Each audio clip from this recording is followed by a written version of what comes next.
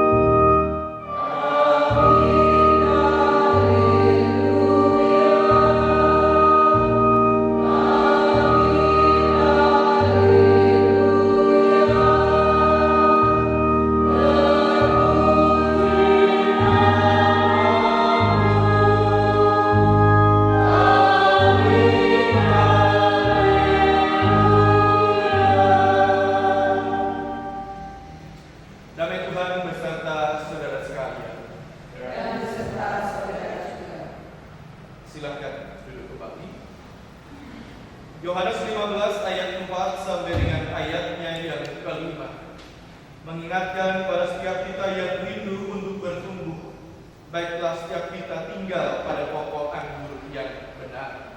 Firman Tuhan berkata demikian, tinggallah di dalam aku dan aku di dalam kamu.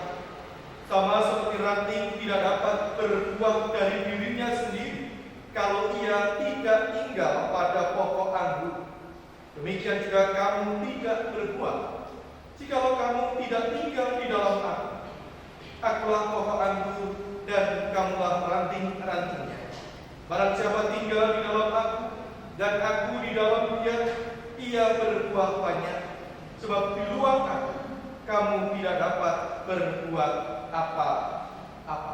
Mari kita bersyukur untuk firman Tuhan ini dan kita mengaminkannya dengan pujian, biar ku tumbuh di batang. Oh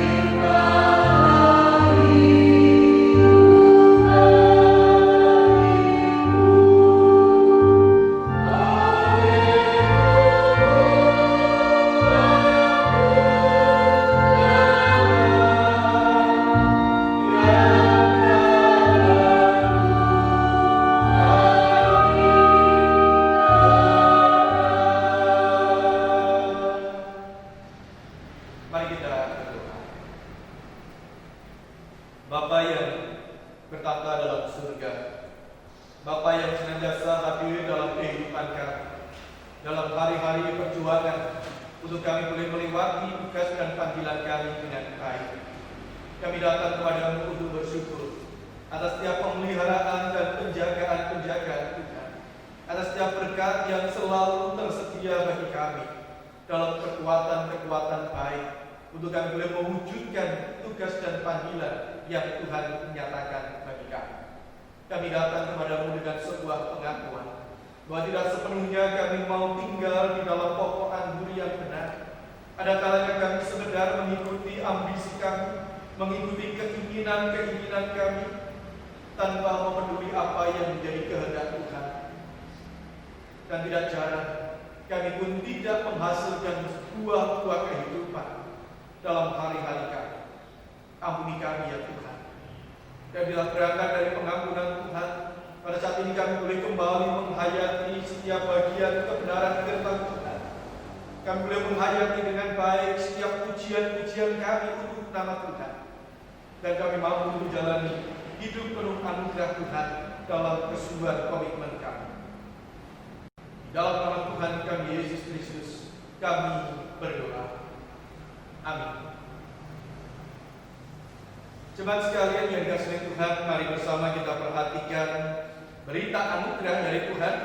Dan baiklah setiap kita bangkit berdiri, kita menerima firman Tuhan di dalam Yohanes 16 ayatnya yang ke-16 yang demikian.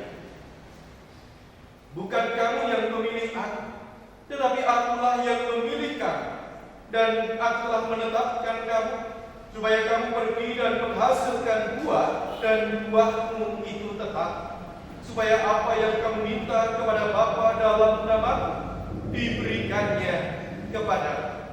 Demikianlah berita anugerah dari Tuhan. Mari kita siapkan hati kita untuk menyambut pemberitaan sabda Tuhan. Kita buka hati kita, sabda Tuhan Allah bagai tiru surga.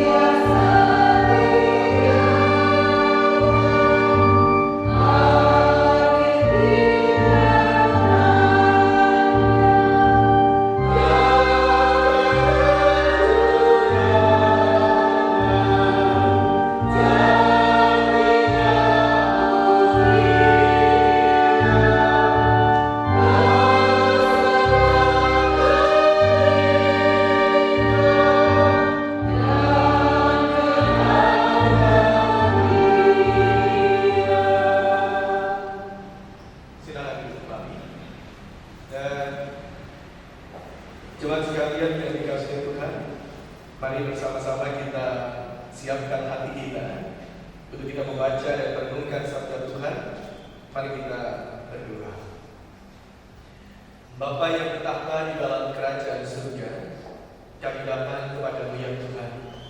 Dan sungguh baiklah setiap kami membuka hati dan akal budi kami, untuk kami dapat mengerti apa yang menjadi rancangan Tuhan atas kami. Setiap kehausan dan kerinduan kami akan kebenaran sabda Tuhan boleh terpuaskan. Oleh karena kami percaya bahwa kuasa Roh Kudus berkenan atas kami, menolong kami dan memampukan kami untuk kami bisa mengerti apa yang menjadi isi hati Tuhan. Di dalam nama Tuhan kami Yesus Kristus, kami berdoa. Amin. Jemaat sekalian yang dikasihi Tuhan, kita akan perhatikan firman Tuhan di dalam Injil Matius pasalnya yang ke-13 ayat 24 sampai dengan 30, dan nanti kita akan lanjutkan dalam ayat 36 sampai 43. Matius 13 ayat 24 sampai 30 dan seterusnya demikian. Yesus membentangkan suatu perumpamaan lain lagi kepada mereka. Katanya, hal kerajaan surga itu seumpama orang yang menaburkan benih yang baik di ladangnya. Tetapi pada waktu semua orang tidur, datanglah musuhnya menaburkan benih lalang di antara gandum itu, lalu pergi. Ketika gandum itu tumbuh dan mulai berbulir, nampak jugalah lalang itu. Maka datanglah hamba-hamba tuan ladang itu kepadanya dan berkata, Tuan, bukankah benih baik yang Tuan taburkan di ladang Tuan? Dari manakah lalang itu? Jawab tuan itu, seorang musuh yang melakukannya.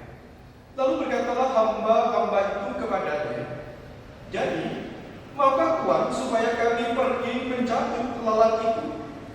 Tetapi ia berkata, jangan, sebab mungkin gandum itu ikut tercabut pada waktu kamu mencabut lalang itu.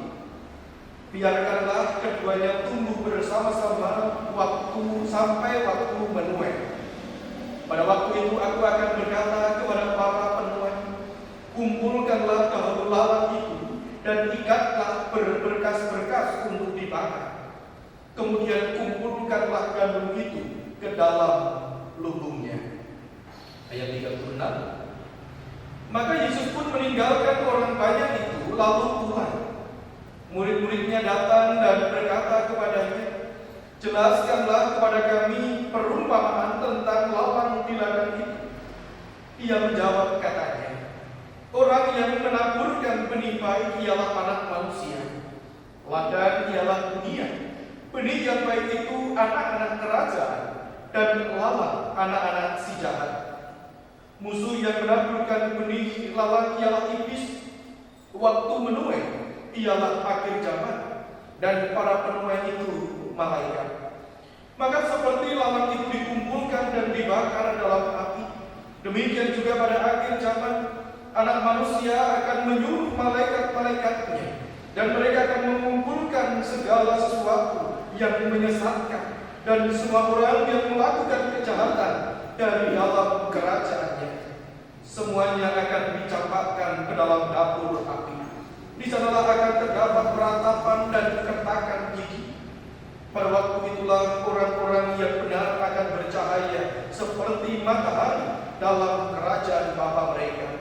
Siapa bertelinga, hendaklah ia mendengar. Demikianlah sabda Tuhan yang berbahagia setiap kita yang menerima, terlebih yang memeliharanya di dalam kehidupan hari lepas hari. Haleluya.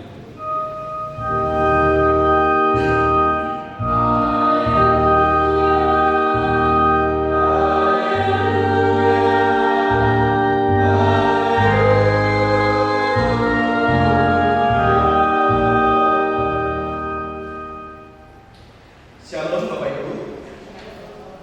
Kita bersyukur untuk hari ini dapat kembali berjumpa dalam suasana peribadahan. Meskipun mungkin tidak banyak di antara kita yang hadir di dalam ruangan ini, tetapi kita percaya bahwa ini adalah satu hal yang indah yang boleh Tuhan anugerahkan bagi setiap kita. Tapi ngomong-ngomong, bagaimana kabarnya? Sepertinya makin banyak yang langsing-langsing gitu ya. Entah karena memang terlalu banyak yang dipikirkan, atau memang situasi dan keadaan yang ada memaksa kita untuk prihatin, untuk mengatur pola makan sehingga kita memiliki pola hidup yang sehat, bahkan mungkin untuk mengatur dan mengencangkan ikat pinggang karena situasi perekonomian yang tidak sepenuhnya juga membaik. Nah, Bapak Ibu dan Saudara sekalian yang terkasih dalam Tuhan, apapun situasi dan keadaan yang sedang kita jalani, saya selalu berharap bahwa Tuhan menolong dan memampukan kita untuk kita tetap bisa menjalani kehidupan kita dengan baik. Nah, hari ini kita merenungkan sebuah tema yang cukup unik, cukup menarik. Ketika di situ dikatakan tetap berkembang di tengah halangan dan rintangan. Tema ini diambil dari sebuah narasi yang diungkapkan oleh Tuhan Yesus menjadi sebuah bagian besar ketika Kristus hendak mengajar tentang kerajaan surga, mengajar tentang kerajaan Allah. Ngomong-ngomong, kalau Bapak Ibu sekalian mendengar apa itu kerajaan surga, yang kemudian terbayang di dalam pikiran, yang kemudian terbayang di dalam benak Bapak Ibu sekalian, kira-kira apa? Ada orang yang mengatakan bahwa berbicara tentang surga berarti berbicara tentang situasi yang damai, berbicara tentang situasi yang aman, berbicara tentang sebuah keadaan yang sangat indah. Tidak ada air mata, tidak ada tangisan, tetapi yang ada adalah deritawa penuh dengan sukacita. Orang mengatakan bahwa surga adalah berbicara tentang sebuah tempat di mana kita bisa menikmati segala sesuatu yang nikmat. Tentu bersama dengan Tuhan. Pertanyaannya, kapankah itu akan terjadi? Orang akan mengatakan, yaitu besok. Itu akan terjadi kelak ketika Tuhan datang untuk yang kedua kalinya. Karena kerajaan surga dipahami sebagai sebuah situasi ketika Tuhan menganugerahkan kehidupan yang kekal. Pertanyaannya, apakah penghayatan dan pemahaman itu salah? Tentu tidak. Tetapi kerajaan surga itu juga bukan hanya melulu berbicara tentang situasi baik nanti, berbicara tentang kekekalan hidup kelak. Tetapi kerajaan surga juga berbicara tentang situasi saat ini. Ketika Tuhan hadir dalam kehidupan manusia dengan segala situasi-situasi berat, dengan segala situasi-situasi penuh dengan perjuangan yang dihadapi oleh anak manusia, yang dihadapi oleh umat-umat Tuhan sampai saat ini. Berarti kerajaan surga itu ya berbicara tentang situasi di mana Allah hadir, menyatakan kehendaknya, menyatakan rancangannya, hidup di tengah-tengah manusia pada saat ini. Di mana kemudian Allah menjadi satu-satunya Tuhan, menjadi satu-satunya Allah sebagai penolong yang memampukan kita untuk melewati pergumulan demi pergumulan yang ada. Itulah kenapa di dalam perumpamaan yang Tuhan Yesus ajarkan cukup menarik hari ini, karena Tuhan Yesus mengungkapkan pengajaran tentang kerajaan Allah melalui perumpamaan lalat di antara gandum. Bukan gandum di antara ilalang, tetapi lalat di antara gandum. Ada sesuatu yang tidak baik, ada sesuatu yang tidak diinginkan di tengah-tengah segala sesuatu yang sangat diinginkan. Mari kita mencoba untuk melihat perumpamaan ini dengan lebih detail lagi. Dikatakan mulai ayatnya yang ke-24, Yesus membentangkan suatu perumpamaan lain lagi kepada mereka, katanya, hal kerajaan surga itu seumpama orang yang menaburkan benih yang baik di ladangnya. Hal kerajaan surga berbicara tentang sebuah keadaan di mana anak manusia menebarkan kebaikan. Dan bukankah ini yang selalu menjadi dambaan kita? Ini yang menjadi rancangan Tuhan dalam kehidupan. Tuhan selalu merancang yang baik, Tuhan selalu menyemai yang baik itu dalam kehidupan sehari lepas sehari. Lalu kita bisa membayangkan rancangan yang indah, titik pijak yang indah ini kemudian bisa bertumbuh dengan baik, kemudian bisa menghadirkan sukacita bagi setiap manusia. Ini adalah satu hal yang ideal.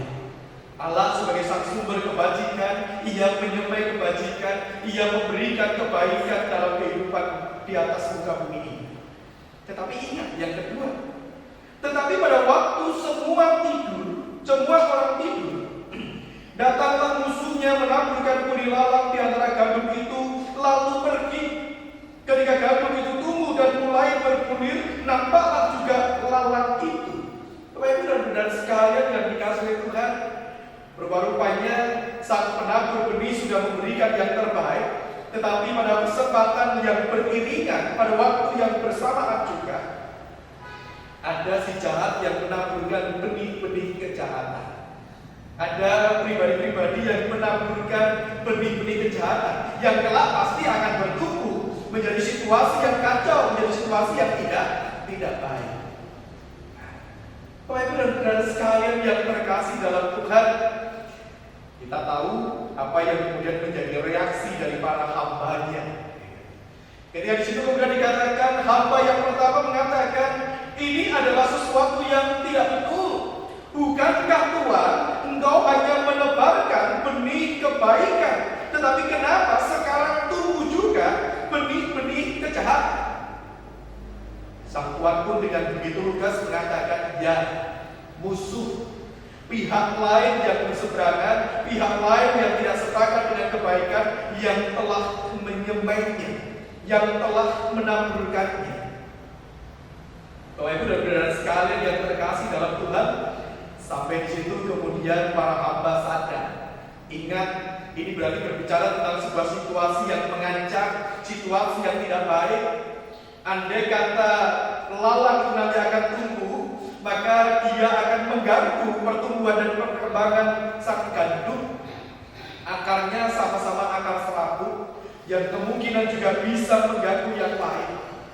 Maka kemudian mereka mengatakan, oh, tidak lebih baik kita. Tetapi justru sang Tuhan mengatakan, jangan. Nanti kalau dicabut, bisa jadi gantung yang sudah bergulir itu pun akan ikut tercabut. Bapak Ibu dan saudara sekalian yang terkasih di dalam Tuhan, bagi saya ini adalah satu poin yang menarik lagi. Tentu kita akan mengatakan sebagai seorang petani, kita akan mengatakan alangkah baik kalau tanaman gulma itu dicabut supaya tidak mengganggu benih padi yang ada. Bukankah lebih tepat kalau gandum itu dibiarkan berada sendirian, sementara ilalangnya disiangi, sementara ilalangnya dibersihkan, supaya dia betul-betul bisa hidup sendirian. Beberapa waktu yang lalu ketika ngobrol dengan seorang rekan pendeta di Bondowoso, Pendeta Martin, sedang garap sebuah proyek yang luar biasa besar tentang jahe merah. Ketika dia kembangkan, coba budidayakan jahe merah itu, dia mengatakan ini sebenarnya baik kalau ditanam di tanah biasa. Tetapi kenapa? Karena dalam masa uji coba ini tidak ditaruh di tanah biasa, tetapi ditaruh di polybag, supaya ketika ada satu benih jahe merah itu mengalami gangguan, maka gangguan itu bisa dilokalisir, tidak akan menyebar kepada yang lain. Saya membayangkan bahwa berarti betul-betul jahe merah itu harus sendirian, sehingga ketika ada godaan jangan sampai itu merembet kepada yang lain. Bapak Ibu dan saudara sekalian yang terkasih dalam Tuhan, pertanyaan kita adalah kenapa justru sang Tuhan mengatakan biarkanlah mereka tumbuh bersama-sama, biarkanlah mereka hidup bersama-sama sampai nanti masa menuai. Ini kan satu hal yang tidak mudah. Ini kan satu situasi yang tidak menyenangkan.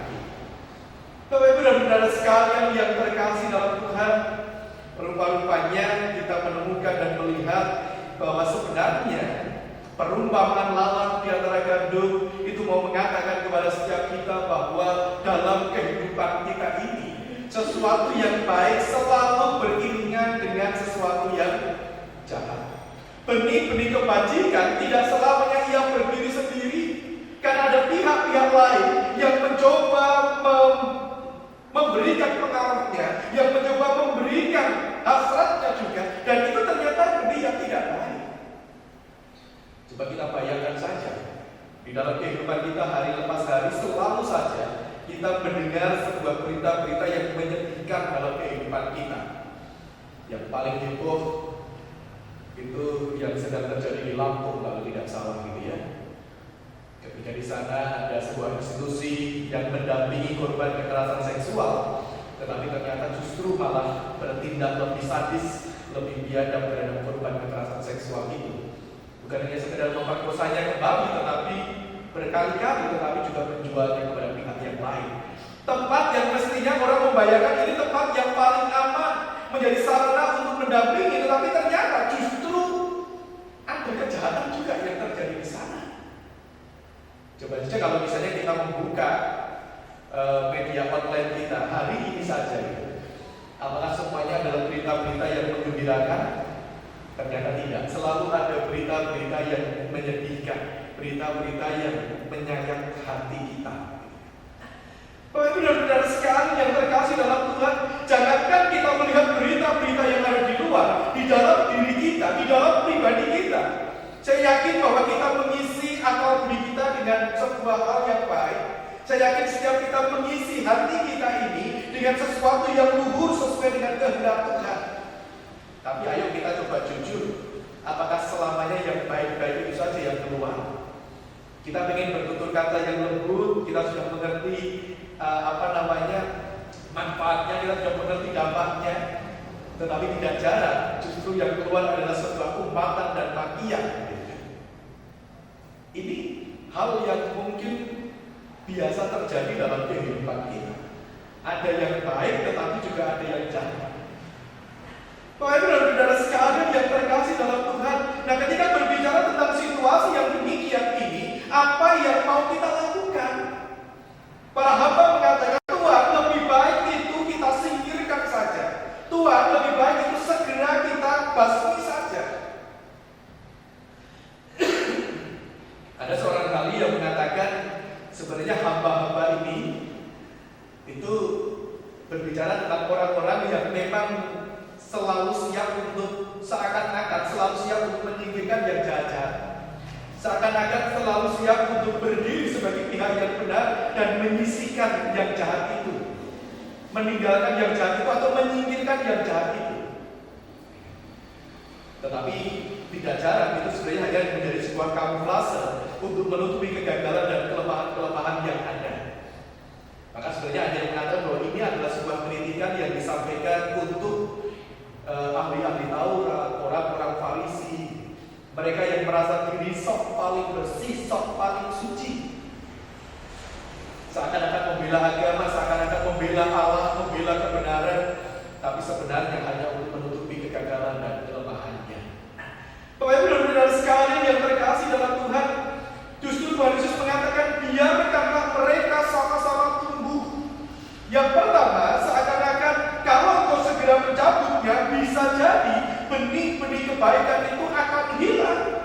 Benih-benih kebaikan itu akan mati. Itu kerentanan yang pertama. Jadi biarkan mereka sama-sama tumbuh.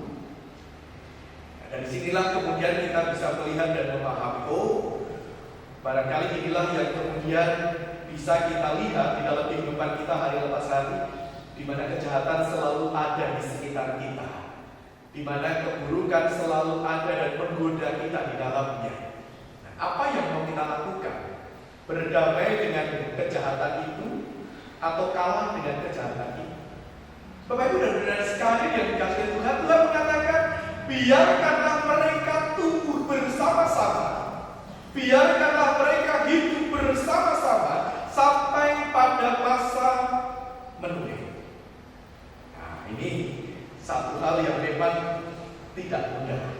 Tetapi penghayatan kita, penghayatan saya yang pertama adalah kita diajak untuk tetap memiliki sebuah komitmen berjuang untuk terus bertumbuh. Memang ada halangan dan rintangan yang setiap saat muncul. Memang ada saja godaan-godaan yang setiap saat siap untuk menjatuhkan kita. Tetapi kita harus punya komitmen, ayo tetap bertumbuh. Orang mengatakan, ayo kuat-kuatan, kuat yang baik atau kuat yang jahat. Ayo kita bersaing untuk menunjukkan kualitas diri siapa yang menang. Jadi kalau kita bergaul, ada kesempatan kita bergaul dengan orang-orang yang, maaf kata, orang yang jahat. Saya sering kali mendengar sebuah cerita tentang seorang pemuda. Ya, tidak jauh juga dari lingkungan kita. Dia mengisahkan itu kakinya itu sudah ada 13 timah panas di kakinya. Orang mengatakan apakah dia nanti akan berubah? Dia tidak tahu. Ada beberapa orang yang mencoba untuk mendekat, menolongnya supaya bisa menjadi pribadi-pribadi yang lebih baik. Tetapi ternyata juga ada orang yang mendekatnya bukan menulangi untuk menjadi lebih baik, tetapi justru malah menjadi lebih jahat. Ketularan jahat ini. Sampai saat ini terlibat sebuah tindakan kriminal dan akhirnya masih menghilang dari lingkungan yang ada. Bapak Ibu dan saudara sekalian yang terkasih dalam Tuhan, kita dipanggil untuk memiliki sebuah komitmen. Saya harus tetap bertumbuh dalam sebuah kewaspadaan. Saya harus tetap bisa hidup di tengah situasi yang tidak selamanya baik. Di tengah lingkungan yang diwarnai dengan kegelapan, saya harus tetap mampu menjadi terang. Di tengah-tengah kegalauan situasi, oleh karena beratnya situasi dan pergumulan yang ada, saya harus tetap memancarkan terang dan kebaikan. Jadi tetap siap bertumbuh, tetapi bertumbuh dengan sebuah kesadaran yang penuh di sekitarnya itu ada benih-benih kejahatan. Di sekitarnya itu ada kuasa-kuasa jahat yang selalu siap untuk menghancurkan atau yang selalu siap untuk menyingkirkan. Lalu kemudian yang kedua, Bapak Ibu dan saudara sekalian yang terkasih dalam Tuhan, kadang kita pun bertanya, kenapa sih Tuhan tidak segera menciptakan yang baik-baik saja? Kadang kalau kita ini begitu gregetan dengan seseorang yang tidak tobat-tobat, tidak kapok-kapok, itu kadang barangkali terjadi juga dalam diri kita, ditunggakin dan kabur Gusti Allah. Kita berdoakan supaya dia segera dipanggil saja oleh Tuhan. Orang mengatakan dia murah-murahi dosa, atau orang mengatakan dia murah-murahi si elek di atas muka bumi ini. Nah, kadang kita juga bertanya, kenapa Tuhan Kau tidak menyelesaikan segala sesuatu dengan segera? Kenapa harus membiarkan benih ilalang itu tumbuh? Maka pada poin yang kedua ini kita menghayati bahwa perumpamaan tentang ilalang di antara gandum juga berbicara tentang kemurahan Allah, berbicara tentang kebesaran kasih Allah yang memberikan kesempatan kepada setiap orang untuk mengalami perubahan, setiap orang untuk mengalami pertobatan, sehingga dia bisa merasakan kehidupan yang baru dalam pelukan kasih Tuhan. Coba kita perhatikan di Yesaya pasalnya yang ke 44 ayatnya yang ke-6. Di sana dikatakan demikian. Beginilah firman Tuhan, Raja dan Penebus Israel, Tuhan semesta alam. Akulah yang terdahulu dan akulah yang terkemudian. Tidak ada Allah selain daripadaku. Siapakah seperti aku? Biarlah ia menyerukannya. Biarlah ia memberitahukannya dan membentangkannya kepadaku. Siapa yang mengabarkan dari dahulu kala hal-hal yang akan datang, apa yang akan tiba, biarlah mereka memberitahukannya kepada kami. Janganlah gentar dan janganlah takut. Bapak Ibu dan saudara sekalian yang terkasih dalam Tuhan, Allah sebagai satu-satunya Allah yang terdahulu dan yang terkemudian, Ia tetap menjadi Allah dengan segala kebesaran kasih-Nya, mau merangkul yang berdosa, mau merangkul yang bertobat. Artinya Allah memberikan sebuah kesempatan, memberikan sebuah waktu selaras dengan waktu yang berjalan ini, supaya orang-orang menemui kesadarannya, menemui semangat pertobatannya dan dapat kembali kepada Tuhan. Dan ini berarti berbicara tentang sebuah ajakan dan panggilan kita untuk tidak dengan mudah menghakimi seseorang. Untuk tidak dengan mudah kita kemudian menjudge seseorang bahwa dia layak untuk menerima hukuman, bahwa dia layak untuk menghuni neraka dan bukan surga. Jadi selagi masih ada kehidupan, tidak boleh kita kemudian menghakimi seseorang, ya. Dan kemudian menghakimi seseorang sedemikian rupa seakan-akan dia tidak akan lagi mengalami sebuah perubahan di dalam kehidupannya. Ingat, seorang penjahat yang disalibkan di samping Kristus, ketika orang kemudian melihatnya sebagai seorang kriminal, orang melihatnya sebagai pribadi yang memang layak untuk menerima hukuman mati. Tetapi justru pada detik-detik akhir kehidupannya, Tuhan mengatakan, engkau bersama dengan aku di dalam Firdaus. Anugerah yang indah. Oleh karena itu Bapak Ibu dan saudara sekalian yang terkasih dalam Tuhan, mari kita membuka diri kita untuk kemudian tidak jatuh dalam sebuah penghakiman sepihak, tetapi justru kita melangkah bersama-sama. Bahkan mungkin ada waktunya untuk kita berdoa, mendoakannya untuk kembali kepada Tuhan. Bapak Ibu dan Saudara sekalian yang terkasih dalam Tuhan, bukankah ini adalah sebuah rancangan yang indah yang Tuhan boleh anugerahkan bagi kita? Mari kita mencoba untuk kembali melihat kehidupan kita secara pribadi. Dalam diri kita ini ada sesuatu yang agung, ada sesuatu yang mulia, tetapi tidak jarang ada juga benih-benih yang tidak baik, kejahatan yang kita lakukan. Mari kita mencoba untuk melihat lingkungan di sekitar kita. Kita menemukan di sana ada gembah untuk terus menyemai perdamaian, tetapi juga ada gabungan untuk terus menyemai intoleransi yang kemudian akan berujung kepada sebuah radikalisme dan niat untuk menyingkirkan orang lain yang berbeda. Kita mendengar ada gembah air yang terus membangun kehidupan, tetapi juga kita mendengar ada gembah untuk menghancurkan kehidupan itu sendiri. Kita tahu itu ada sebuah realitas yang ada di hadapan kita. Pertanyaannya adalah, kita mau menjadi yang mana? Tetap menjadi benih gandum yang akan terus bertumbuh, atau kita akan kalah dengan ilalang yang kemudian menghancurkan kehidupan? Firman Tuhan mengajak kepada setiap kita, mari kita bertumbuh dengan sebuah kewaspadaan yang penuh. Ada ancaman-ancaman yang siap untuk menghancurkan kita, tetapi juga mari kita bertumbuh dengan sebuah keyakinan yang penuh. Allah dengan kesabarannya mampu menolong kita untuk bisa bertumbuh dengan baik. Bahkan Allah dengan kesabarannya terus membuka hatinya supaya yang masih menjadi benih ilalang itu dapat berubah menyemai kebaikan dan kebajikan. Saat ini bagi kita,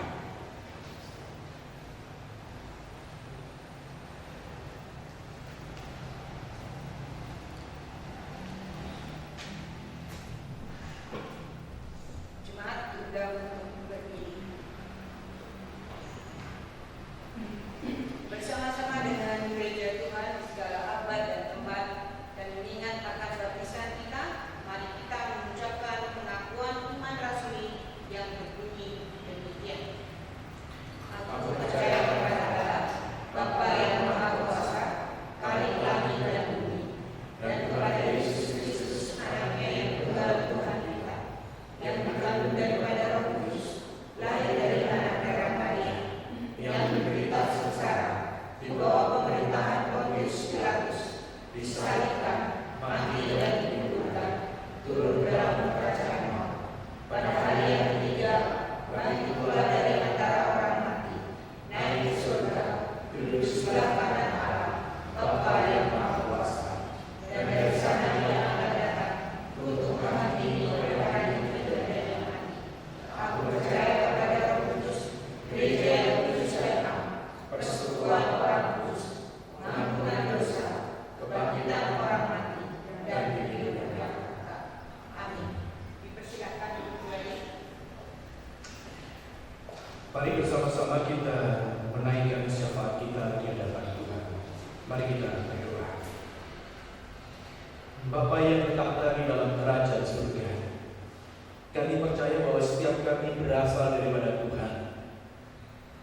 Setiap kami ada di atas muka bumi ini oleh karena Tuhan yang berkehendaki. Tapi kami sadar ya Tuhan, bahwa dalam kehidupan kami, dalam kebersamaan yang ada ini, tidak selamanya kebaikan itu berdiri sendiri. Karena selalu ada benih-benih kejahatan yang menjadi tantangan dan godaan bagi kami. Ajarlah kami untuk tetap mau bertumbuh bersama-sama. Ajar kami untuk tetap mau berkembang bersama dalam sebuah kewaspadaan bahwa ada kejahatan di sekitar kami. Biarlah kami bersama-sama dapat memiliki sebuah komitmen yang kuat mengikuti Tuhan. Karena dari situlah kami boleh menghasilkan buah-buah kebajikan yang semakin hari semakin bisa dinikmati selama kami. Sementara kami juga boleh Tuhan kuatkan untuk senantiasa memohon kasih dan anugerah Tuhan, supaya mereka yang saat ini masih tersesat, mereka yang saat ini masih jatuh dalam kegelapan, mereka boleh ingat dan kembali kepada Tuhan. Kami percaya kami boleh bertumbuh tetapi bukan hanya bertumbuh secara pribadi, yang boleh membawa mereka yang terhilang untuk kembali kepada Tuhan. Ada tantangan dan kesulitan, tetapi semuanya itu akan menjadi ujian untuk memurnikan komitmen dan kesungguhan kami. Kami berdoa mereka-rekan kami yang sakit dan lemah tubuh, untuk Bapak Uban Gaul pasca operasi yang dijalani Tuhan pulihkan, untuk Ibu Endang Berti dalam persiapan kemoterapi Tuhan menolong, juga untuk saudara kami yang lain dimanapun mereka berada, Tuhan melawat mereka dan memberikan yang terbaik. Kami pun berdoa untuk keluarga-keluarga yang saat ini terus bergumul, mencoba untuk menjaga keharmonisan yang ada, mencoba untuk terus berjuang memenuhi kebutuhan hidup, memenuhi tanggung jawabnya. Tuhan menolong, Tuhan lindungi dengan baik, Tuhan cukupi dengan baik. Anak-anak kami yang masih berjuang mencari sekolah, mencari universitas untuk jenjang pendidikan yang lebih tinggi, Tuhan hadir memberikan yang terbaik sesuai dengan potensi dan kapasitas yang mereka miliki. Bila mereka menjadi pemilik masa depan yang berpengharapan di dalam Tuhan. Berkati pula bangsa dan negara kami yang Tuhan, dalam upaya pemerintah terus menekan laju penularan dan persebaran COVID-19. Berkati setiap pihak-pihak supaya sungguh-sungguh mentaati dan berdisiplin dengan protokol kesehatan yang ada. Mereka yang sedang berjuang dimanapun, Tuhan menjaga keselamatannya. Tenaga medis dan keluarga-keluarga yang menjalani isolasi mandiri, Tuhan berikan hikmat supaya mereka dapat menjaga keselamatan sendiri dan juga menjaga keselamatan yang lain. Terima kasih ya Tuhan. Berkati gereja kami dalam upaya untuk mempersiapkan proses pembangunan Tanah Raja Wali Timur. Panitia, kebutuhan akan dana Tuhan yang mencukupi. Terima kasih ya Bapak. Inilah doa kami. Kami alaskan di dalam nama Tuhan Yesus yang telah mengajar kami untuk kami berdoa demikian. Ku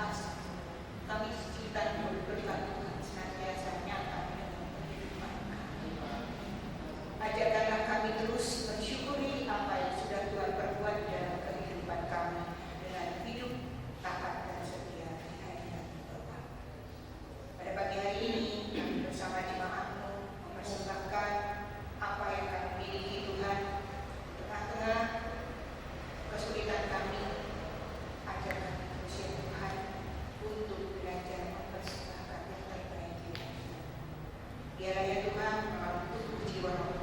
Kami Tuhan, Kau pakai menjadi sarana pelayanan untuk kemuliaan nama-Mu.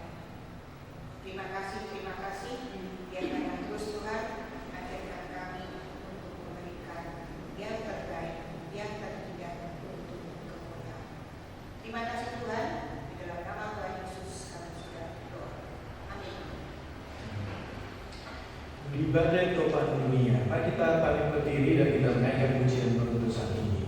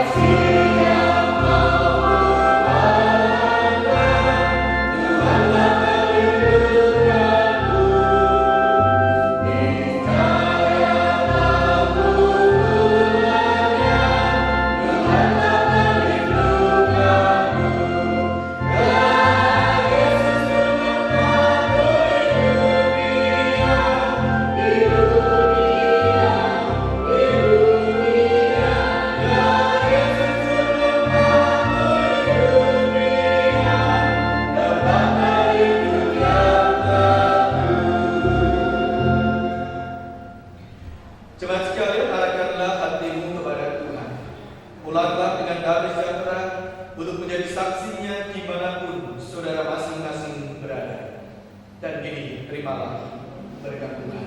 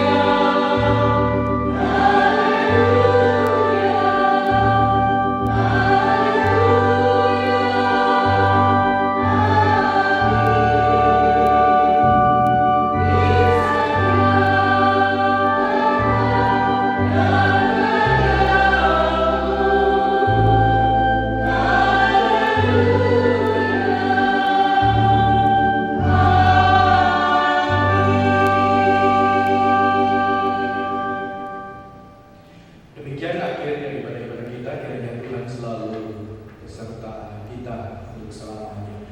Bapak Ibu dan Saudara sekalian, barangkali ada pertanyaan sampai kapan GKI akan ibadah secara online.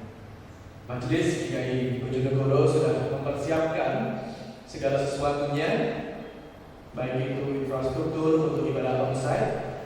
Kita juga sudah mencoba terus menyesuaikan liturgi ibadah yang ada, supaya ketika nanti kita akan bersama-sama ibadah secara onsite, maka semuanya dapat berjalan dengan lancar, berjalan dengan baik.